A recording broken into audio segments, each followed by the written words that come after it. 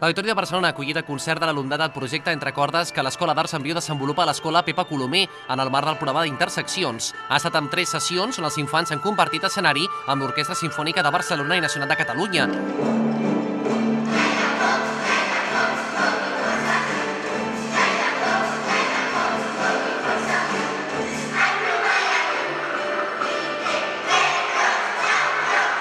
Tot plegat forma part del projecte artístic Et toca a tu, que impulsa Apropa Cultura, on l'alumnat de tercer ha interpretat la part vocal i la percussió corporal, mentre que el de quart s'ha encarregat de la instrumental, amb violins, contrabaixos i ukeleles. Tota una experiència per a aquests joves músics que han pogut tocar per primer cop davant de milers de persones i acompanyats per l'OBC, sota la batuta del mestre Kazushi Oro, que mai oblidaran.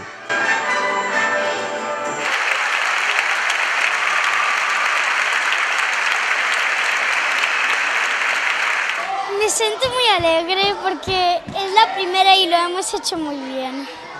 Y yo me siento nerviosa pero a la vez emocionada porque nos ha salido muy bien el concierto. Jo molt emocionada, jo no m'ho crec que he tocat un concert amb el millor director del món i la gent aplaudint-me i estic molt emocionat. Hem tingut que aguantar el nervis per estar delante de tanta gent.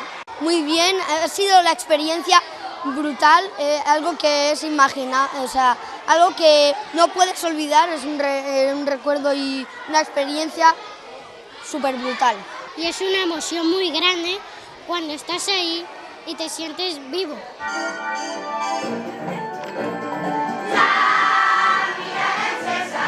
Però darrere d'aquests concerts hi ha la feina que han desenvolupat durant els darrers mesos alumnat i professorat del centre, amb l'Escola d'Arts en Viu i responsables de la mateixa OBC. Brutal, o sigui que ens estan sorprenent moltíssim en quant a comportament, a compromís amb el projecte.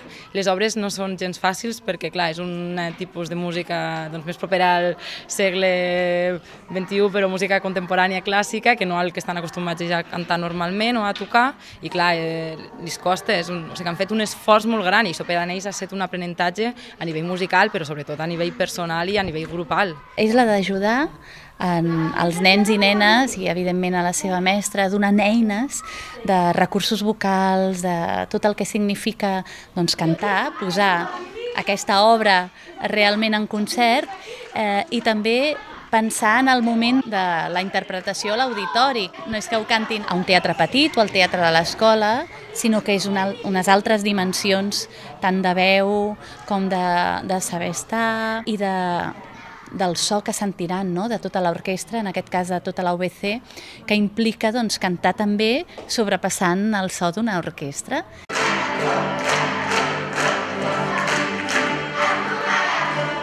Music is thing. La música és una cosa, una mena de tresor per l'ésser humà perquè la música prové directament del teu cor. It's coming into your heart directly. I per aquest motiu mai no hauries d'oblidar aquelles experiències que t'han tocat. Touching experiences. En aquest sentit, la peça Gai de Foc, una obra inspirada en l'Ocell de Foc d'Igor Stravinsky de la compositora Mariona Vila, ha estat realitzada amb les idees i propostes del propi alumnat.